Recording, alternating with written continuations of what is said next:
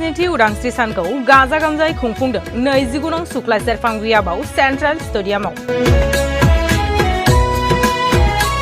दिनै 15 आगस्ट भारत हादरनि 27थि उदांस्रि सानखौ गाजा गोमजायै खुंफुंदों दिनै 28 नं सुक्लाय सेरफां बियाबनि एमसिएलए बिटिआरनि इएम रनेन्द्र नार्जारि बिथांनि बानजायनायाव सुक्लाय सेरफांनि सेन्ट्रेल स्टेडियामाव।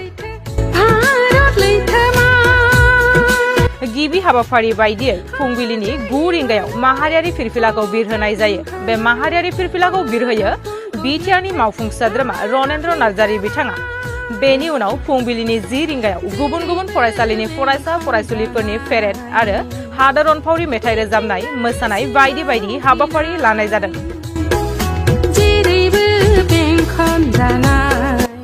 बेनि अनगायैबो हादोरनि थाखाय जिउ गोमानांनाय बीर जोहोलाव आरो बारग' सिपाही बिथांमोनखौ मान बावनाय जायो।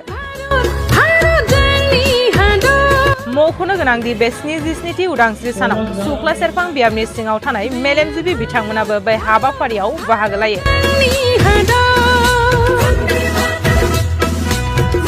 बोसोरफ्रोमनि बादि देग्लायबो 27थि उदांस्रि सान सुक्लाय केन्द्र फिल्डआव फालिनाय जादों। बेयाव गोबां हाबाफारि लानाय जादों। दिनैहाय बे हाबाफारियाव जोङो बारग' आर्मिफोर बिथांमोनखौबो जोङो बरायदों। दा बिथांमोननि जे जोंनि भारतबर्षनि बा जोंनि रायजोनि जे सहाय खालामनायनि मोनसे जे थांखि, बे थांखिखौ जोङो थांना थानाय सुबुङा जेब्लाबो बावगारनो हाया। बेनिखायनो बारग' आर्मिफोरखौ जोङो सैनिकफोरखौ जों बरायदों। आरो लोगोसे बे हाबाफारियावनो जोङो भक्तिमूलक मेथाइ खननाय बादायलायनाय खुंदों। बेयाव प्राइजबो होनाय जादों। दान्दिसेनि उनावनो बे बादायलायनाया जागोन। आरो बिदिनो पदरखनि मोसानाय मेथाइ खननाय दङ। आरो बिदिनो गोबां बेवहाय जातीय संगठन आरो फरायसालिनि फोरोंगुरु बिथांमोनखौबो जोङो बेयाव हांख्रायदोंमोन। गासैबो हांख्रायनाय मथे बेयाव नुजाथिनानै दिनैनि बे हाबाफारिया मोजाङै थांनाय बोसोरनि बादि जालांदों। आरो मदिनि मोनसे सिमां दं, बेखौसो आङो दिनै मिडियानि गेजेरजों आवगायनो सानदों। जोंनि भारतनि प्रधान मन्त्रि मदिया मोनसे सिमां नुदों। दा बे सिमाङानो जाबाय जे जोंनि भारतबर्षनि खना खनला थानाय गामिनिफ्राय मुथिसे हा लानानै बेयो मोनसे जोंनो जे उदांस्रि होलांबाय, जाय सैनिकफ्रा बिथांमोननि सन्माननि थाखाय मोनसे स्तम्भ, मोनसे भारतबर्षनि खना खनला थानाय गामिनिफ्राय हा मुथिसे लानानै जमा खालामनानै बे स्तम्भ बानायनो थांदों।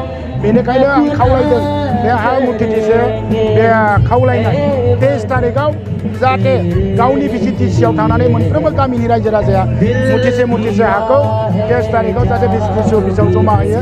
आरो 23 तारिखआव जमा जानाय भिसिडिसिनि बे जमा जानाय हाखौ आरो ब्लकआव 24 तारिखआव जमा जागोन। आरो 24 तारिखनि उनाव डिस्ट्रिक्टआव 25 तारिखआव जमा जागोन। आरो डिस्ट्रिक्टनिफ्राय बेखौ गुवाहाटी कलाक्षेत्रआव जमा खालामगोन।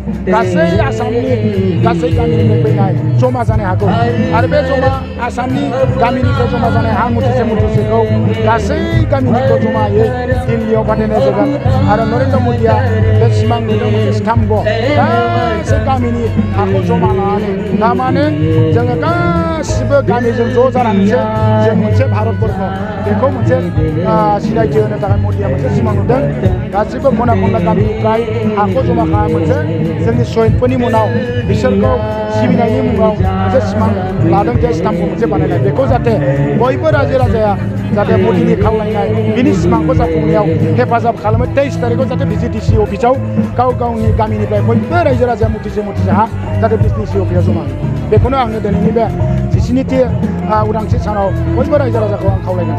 आरो गासिबो रायजो राजा आरो जोबथारनायाव आङो बयनिसिमबो गुबैसा बावबाय जाहाथे बयनिबो साननाया बे दिनैनि बे देग्लाय बोसोराव जाहाथे बयनिबो साननाया गावनि सिमां, बे सिमाङा जाहाथे बयनिबो साननाया जे सिमां बे सिमाङा जाफुङो। जाहाथे इसोरा बयनिबो सिमांखौ जाफुङो। इसोरनि सेराव बयनिबो जानानै आङो आशीर्बाद होगोन। धन्यबाद।